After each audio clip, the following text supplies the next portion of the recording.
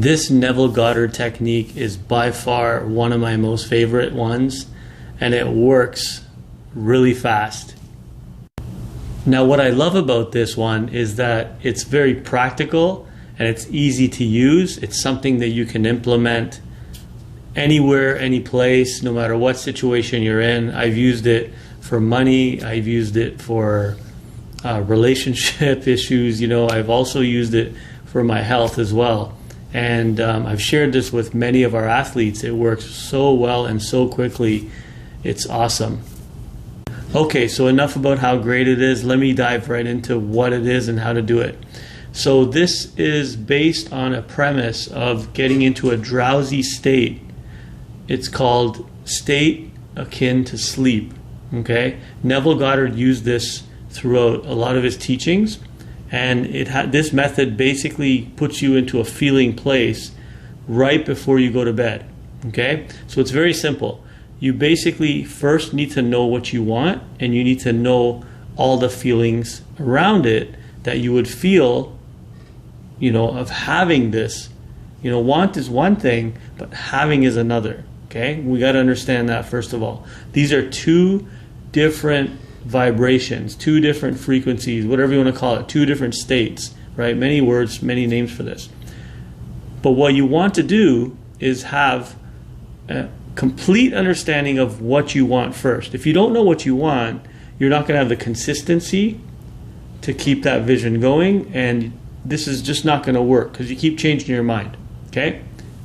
So now that you know what you want, you figure it out, you write down all the feelings associated with it, and you think of that end result, right? Again, Neville Goddard, living in the end.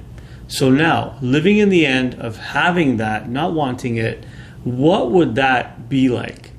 What would that actually be like? Would you be have your family around you? Would you be wearing certain clothes? Would you be acting a certain way, right? Would your posture be different? Would your shoulders be back and your chest out? Like, what would that really feel like? And, you really got to visit that place, okay? Now, we can get into the version of Paul and version of this and version of yourself, like all that kind of stuff.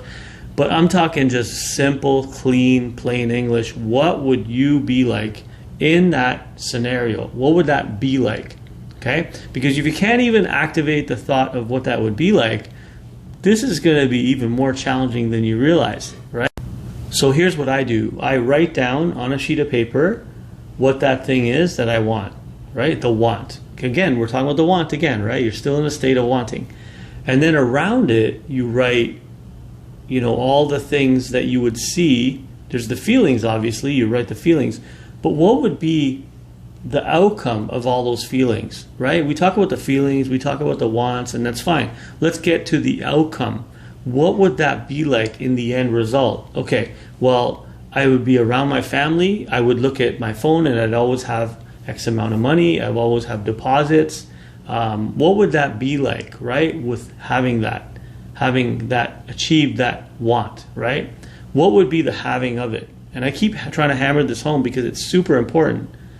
Now, you've written down all that and you've got that, that list of what those things would be like, what those attributes would be like, what those results, what the point form notes would be on you having that thing, okay? Now, what you do is you create a little image of that. Because remember, your imagination, you need to have an image to impress in your mind, right? Something that you can impress, because our mind, you can read things and get it, yeah, for sure. That's why mantras are a little bit difficult. But when you have that vision of that end result, that's a different story. Okay, so now you have it. Now it's time to go to sleep. Now you go to sleep, but you don't sleep yet. You get everything ready. You got your notebook. Here's what you do.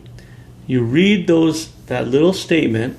You read it, and you're reading it, and you're reading, all the things that you're going to do in the having of it, not wanting, in the having, okay? Let's say it's $10,000. I'm going to have $10,000, and I'm reading, oh my God, it would feel so good to have that in my bank account. I'd feel amazing. I'd feel abundant. I feel proud. I feel accomplished, right? I would give my wife this. I would give my son this. I would buy this for my parents, right? And then now you lay down, put that down, go to sleep, and literally just as you get drowsy, as you're getting drowsy, this is the last thought, the feeling in your mind of having this, okay? And your imagination will start to wander. You'll start to build up. You'll start to imagine different images of yourself, you know, almost like a dream. You see? You're almost creating like a drowsy dream in that effect. It's almost like hypnosis, right? Actually, it's very similar. And in that state, you're going to be drowsy. You're going to be falling off to sleep. It's almost like you're saying a prayer before sleep. And that prayer is actually, you're impressing it onto your subconscious mind, into your dream state. And boom, believe it or not, within a few days, you'll start to see evidence. And you just keep doing this every day before bed. And man, this is one of the best techniques I've ever seen. I've used it many times. Anyways, let me know if it worked for you, and let me know if you have other suggestions. All right, have a great day, everyone. Happy manifesting.